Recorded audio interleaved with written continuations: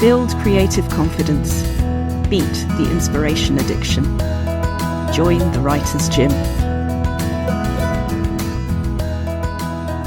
One of my favourite procrastination activities is reordering my bookshelves. I thought that it was a bad thing quite often because I can get a little bit overthinking about it and decide what is the best way of doing it, what is the most accurate for me way of doing it, where I'll be able to find the things I need when I need them, but also find it aesthetically pleasing behind me. And as with washing, cleaning, things like that, we know that writers would make a damn good cleaning service when they are on deadlines. That's not normally when I do it. I've realised that actually what I thought in this particular case was a procrastination activity turns out to be quite a good unblocking activity.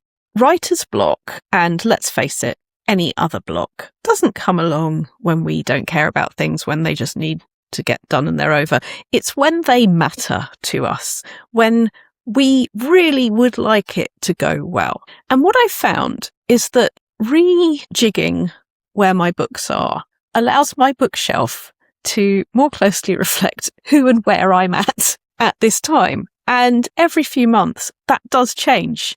I can look at my bookshelf behind me in this episode and see that there are things that are more relevant to the work I'm doing now that are different to how it was 6 months ago. And I actually think I've discovered something that might be healthy rather than unhealthy, which is noticing the assumptions that we have about ourselves. Creatively, I've also found it very helpful to move my diary around. So whereas previously I thought one day a week where nothing that isn't writing happens was the best way, I've now found it's just one of the best ways. Another best way is to have the mornings for writing and the afternoons for people. And I found that what that does is it helps me incorporate the frustration.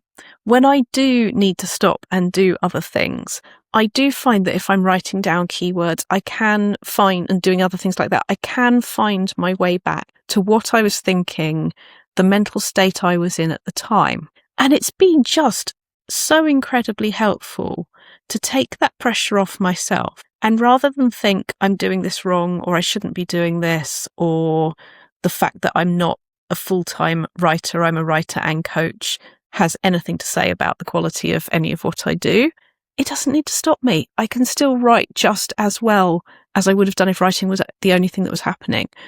But I'm also finding my life more fulfilling because of the interactions. That's something that really works for me.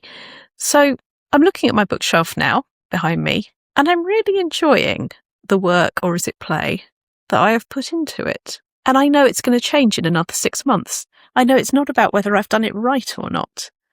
It might just be about the process itself, that I can come back to that and find that by doing that, by standing up from my desk, by moving things around, when I come back to that desk, I come back mentally refreshed. What I've learned from moving things around on my bookcase about me as a writer, I think, is that moving around of all of these kinds that I've mentioned is a good thing. And I think the results that it brings out of me are better than if I were just sitting at my desk all day. I can tell you that my spinal column absolutely agrees. So that brings me to my question. You'll have heard me ask a few writers over the last couple of series, are you a one project at a time person? Or are you a palette cleanser person? Now, I am a palette cleanser person. I want to have more than one writing project. So right now there's a non-fiction project, there's a short story project, and there's an ongoing novel. And a couple of things have earlier deadlines than others, but I'm honestly finding that I feel more refreshed when I come back to them. I might be kidding myself. I'll never know. But I don't think I am. I want to know about you. Are you a one thing at a time person, or are lots of things that you can skip between at a time person? And what does it do for you? How does it help? I'd love to get a conversation going with this.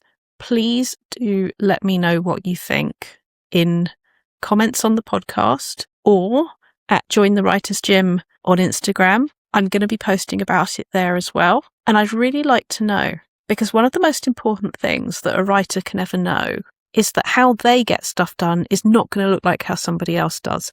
So I'm hoping we disagree. It's not really disagreeing. It's finding out what are the things that work for me and how come.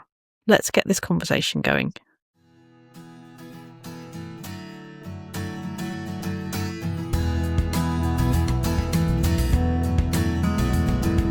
You've visited the Writer's Gym with author and coach Dr. Rachel Knightley. Production and sound design are by Ashley Lexine, and theme music is by Chris Gregory. To join a Writer's Gym workout online or in London as a guest or as a member, visit writersgym.com or email thewritersgym@rachelknightley.com.